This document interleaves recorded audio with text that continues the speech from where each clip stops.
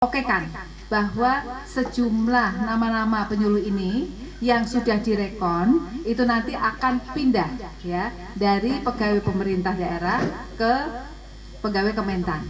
Nah nanti kalau sudah ada surat tersebut kami mohon dikawal Pak Kadis ya, rekan-rekan penyuluh semuanya tolong dikawal, jangan sampai ada yang ketinggalan ya, soalnya nanti kalau ada yang ketinggalan itu yang bikin lama, balik lagi ini lagi ya, balik lagi. Nah, jangan sampai ada yang ketinggalan.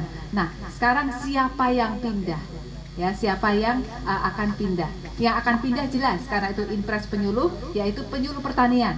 Tapi yang seperti apa? Penyuluh pertanian ASN, baik itu PNS maupun P3K yang TPP-nya itu lebih rendah daripada tunjangan kinerja. Kenapa demikian? Karena kami diwanti-wanti oleh Kementerian Sekretariat Negara bahwa adanya kebijakan yang baru itu tidak boleh mengurangi kesejahteraan dalam hal ini penyuluh ya.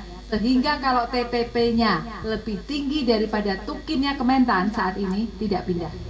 Tapi karena Pak Kadis, penyuluh ini akan menjadi jabatan tertutup di Kementerian Pertanian ya, sehingga ketika ada rekan-rekan yang tidak pindah maka dia tidak menjadi penyuluh lagi, dia akan menjadi atau mengisi fungsional lain, dan masih banyak atau masih ada beberapa fungsional yang ada di Kementerian Pertanian seperti POPT, seperti pengamat benih, seperti pengamat pasar ya, seperti itu. Nah itu ada fungsionalnya. Nah kalau di Kabupaten Sambas saya lihat sepertinya semuanya pindah ini Pak Kadis, karena itu tadi kecuali Pak Kadis dan Pak Kabit ini nggak pindah ya, makanya saya tanya-tanya Bapak penyuluh bukan. Jadi semuanya pindah rekan-rekan penyuluh ini ya.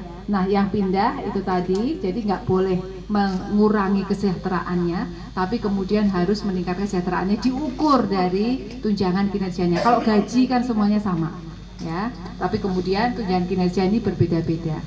Nah kemudian rekan-rekan semua, kita sangat berharap nanti tank 2026 Januari itu sudah resmi semuanya berada di Kementan yang pindah ya. Kita belum bisa melakukan percepatan, walaupun prosesnya bisa kita percepat, tapi anggarannya ada aturan-aturan tertentu dari Kementerian Keuangan yang memang tidak bisa kita lakukan percepatan karena anggaran ya, karena kan nanti yang akan memberikan gaji, kemudian tukin ya, BOP operasional itu adalah Kementan, seperti itu ya. Nah sehingga ini harus dipersiapkan. Kementerian Keuangan mensyaratkan persiapan keuangan itu harus statement 1 Bapak Ibu ya. Nah ini sudah terlambat untuk tahun 2025.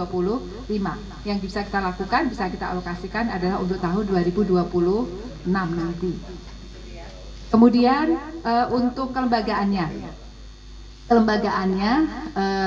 jadi kita saat ini berhubungan dengan dengan dua kementerian, satu Menpan RB, satu BKN. Menpan RB yang akan memberikan istilahnya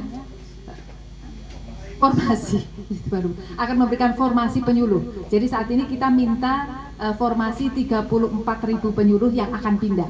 Total penyuluh yang ada 37.000, tapi karena ada yang pensiun, ada yang tidak pindah, ada yang lain-lain, sehingga yang akan pindah ini 34.000 sekian.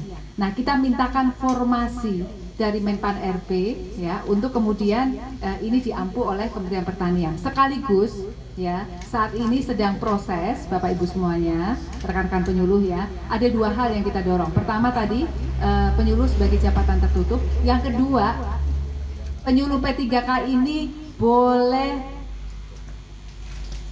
pendidikannya SLTA gitu. Masih ada di sini SLTA.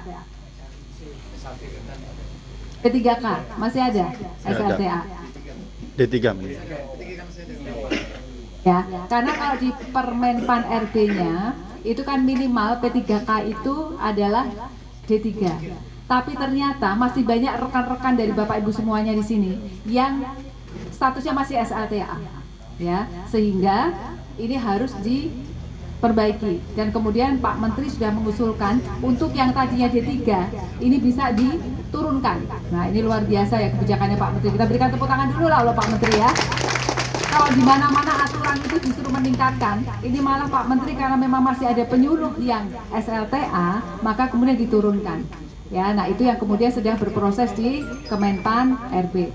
Kemudian yang di PKN tadi, ya pemindahan kepegawaiannya dari daerah ke pusat itu juga sedang berproses. Ya, nah kemudian terkait dengan kelembagaannya, kelembagaan juga nanti akan kita tanyakan, akan kita sudah kita usulkan ke Kemenpan RB. Kemenpan RB dan kementerian atau lembaga yang terlibat di dalam proses Inpres ini menyampaikan bahwa yang paling penting itu yang mana? Itu yang kemudian didorong terlebih dahulu. Nah, yang paling penting saat ini adalah memindahkan penyuluhnya, sehingga yang lain-lain ini sifatnya lebih kepada dukungan. Ya, artinya Menpan RB juga tidak mau, misalnya harus sudah terbentuk UPT misalnya, karena pembentukan UPT, ada kepala UPT dan lain-lain itu ada biayanya. Ya, dan biayanya mahal. Sementara saat ini kita harus efisiensi, ya, sehingga rekan-rekan semuanya UPT, maksudnya kelembagaan penyuluh itu nanti tetap berkantor di BPP, ya. Ini sudah ada kan? Sudah diketahui ya rekan-rekan semuanya ya. Begitu ya Pak Kadis ya. Sudah. Nah, kita berikan tepuk tangan dulu lah Pak Kadis, semua tepuk tangan.